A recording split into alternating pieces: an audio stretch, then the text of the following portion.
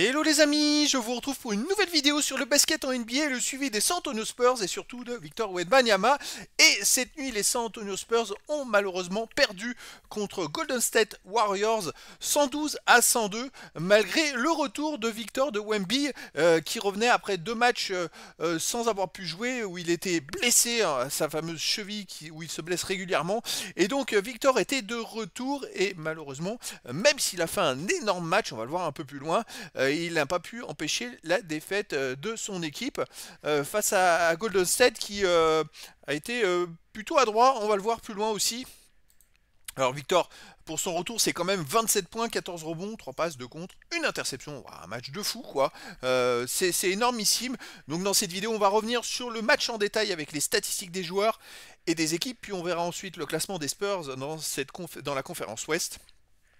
Bon, ça n'a pas tellement évolué, hein, je vous le dis tout de suite, depuis 3 matchs. On verra également les stats de Victor de Wemby dans ce match en détail avec ses meilleures performances sur un match, puis ses moyennes en saison régulière. On enchaînera par ses stats dans l'histoire de la NBA arrêtée à 20 ans. On va voir s'il progresse. Dans l'histoire des San Antonio Spurs à 20 ans, 21 ans en général. Dans l'histoire des Français en NBA à 20 ans, 21 ans en général. Et on terminera par un petit focus sur le prochain match des San Antonio Spurs en espérant que Victor soit à nouveau là et qu'il fasse à nouveau un super match. Mais déjà dans ce match là. Alors premier carton, San Antonio menait quand même 37-29, puis après ils ont perdu 29-23 au deuxième carton, puis au troisième ils ont explosé un petit peu 32-18 et au dernier ils ont gagné 24-22, mais le mal était fait, ils perdent de 10 points au total. C'est vrai que voilà, ils ont tourné à 42% au tir les Spurs, dont 38% à 3 points, 67% au lancer franc. Bon, il y a peu de lancer franc, ça fait pas une grosse différence, mais par contre Golden State a tourné à 44% à 3 points et c'est-à-dire qu'en fait ils en ont marqué 12, c'est-à-dire 2 de moins que les Spurs avec 10 tirs de moins et donc à 2 points ils ont été plus performants avec quasiment 50% au total au tir. Et ce qui fait qu'ils en sont sortis. Sinon, pour les interceptions, les ballons perdus, c'est à peu près les mêmes stats un peu dans les deux équipes.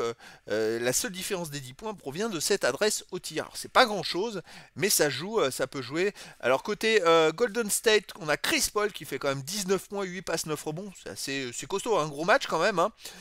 Kuminga qui fait 22 points. Clay Thompson, 21 points, 8 sur 21 au tir, mais 4 sur 10 à 3 points. 16 points pour Andrew Wiggins. On a aussi Draymond Green avec 5 points, 6 rebonds, 4 passes, 2 interceptions. Il n'y a pas de Stephen Curry. Stephen Curry était absent, heureusement. Sinon, je pense que les Spurs auraient pris une belle valise. Sinon, les remplaçants ont fait aussi le taf. Donc, les Golden State Warriors ont fait une belle performance. Et ça se jouait à San Antonio, hein, pour information. Côté San Antonio, on a David Vassell qui fait 17 points. 5 sur 14 au tir, donc il a fait 0 sur 6 à 2 points, mais 5 sur 8 à 3 points, il fait 0 sur 6 à 2 points, c'est bien dommage. Trey Jones, il fait 6 points, 7 passes, 5 rebonds. Bon, Victor, 27 points, 14 rebonds. Jérémy Sochan, 9 points, 7 rebonds, 7 passes, très complet. Julien Champagny, 9 points.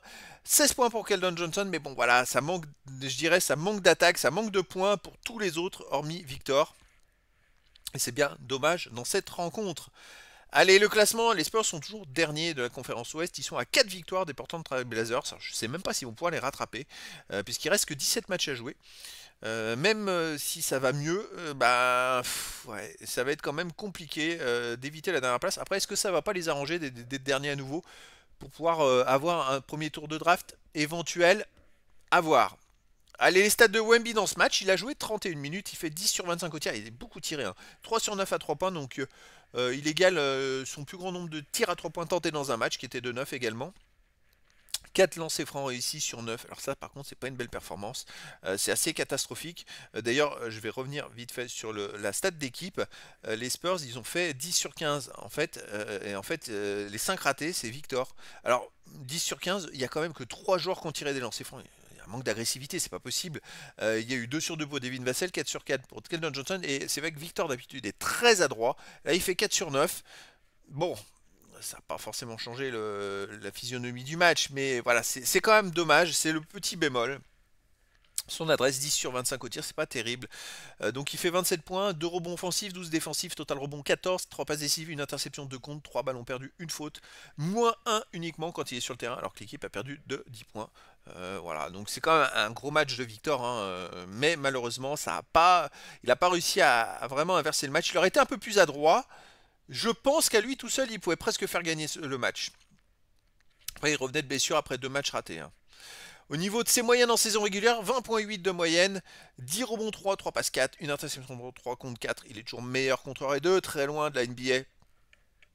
Il ne reste plus grand chose. De toute façon, il faut qu'il joue au moins 65 matchs de saison régulière pour pouvoir pour pouvoir ancrer les statistiques. Donc il reste 17 matchs à jouer. Et il faut qu'il en joue 8, un match sur deux.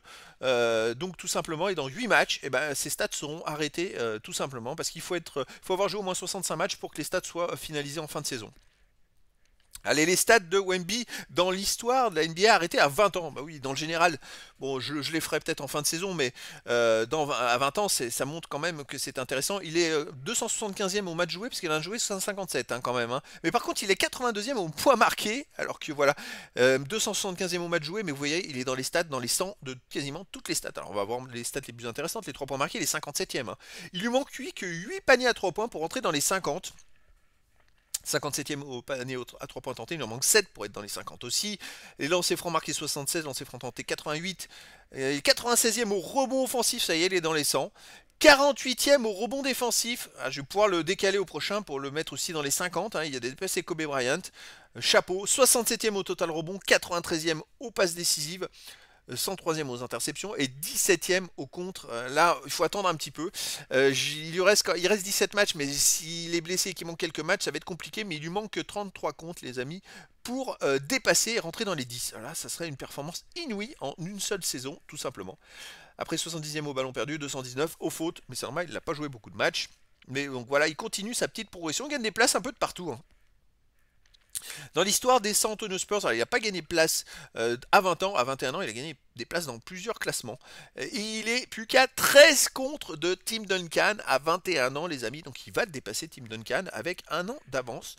Tout simplement, il est meilleur contreur, Victor, à 20 ans, mais ça va être long avant de trouver quelqu'un, ça n'arrivera jamais, quelqu'un qui le dépassera. Il est plus qu'à 49 paniers à 3 points de Tony Parker.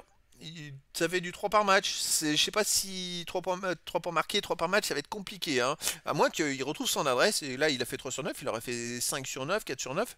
Ça peut gonfler les stats. Et puis après, bon, bah, dans le général, il gagne des places un peu dans plusieurs statistiques. Mais c'est vrai qu'il se rapproche vraiment de pas mal de stats. Il est plus qu'à 110 rebonds défensifs et 300 rebonds au total. Mais c'est plus l'année prochaine qu'il va dépasser ses stats parce que lui, il a 174 rebonds. Il lui en manque 673 pour dépasser Mark Holberding à 21 ans.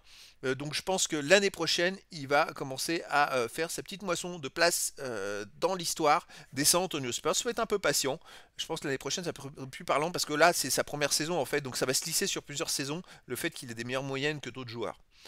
Allez, dans l'histoire des Français en NBA, alors il a gagné une place dans les minutes jouées. Bon, il est 5e maintenant sur 16, meilleur, c'est Tony Parker. Vous vous rendez compte qu'il est à 3400 minutes de Tony Parker, alors que malgré ce si peu de temps de jeu, ben, il est très bien placé dans pas mal de stats. Hein.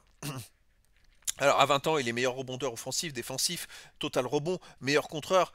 Il est quand même bien placé dans plein de stats. Il est meilleur contreur à 21 ans également. Dans les rebonds, ça va pas tarder qu'à 21 ans, ils prennent les places avec un an d'avance. Et dans l'histoire des Français, ben on va voir sa progression. J'ai pas mis à jour, c'est vrai qu'il y a Rudy Gobert qui a sûrement dû jouer encore des matchs et augmenter ses statistiques. J'ai pas mis à jour, je le ferai pour la prochaine vidéo.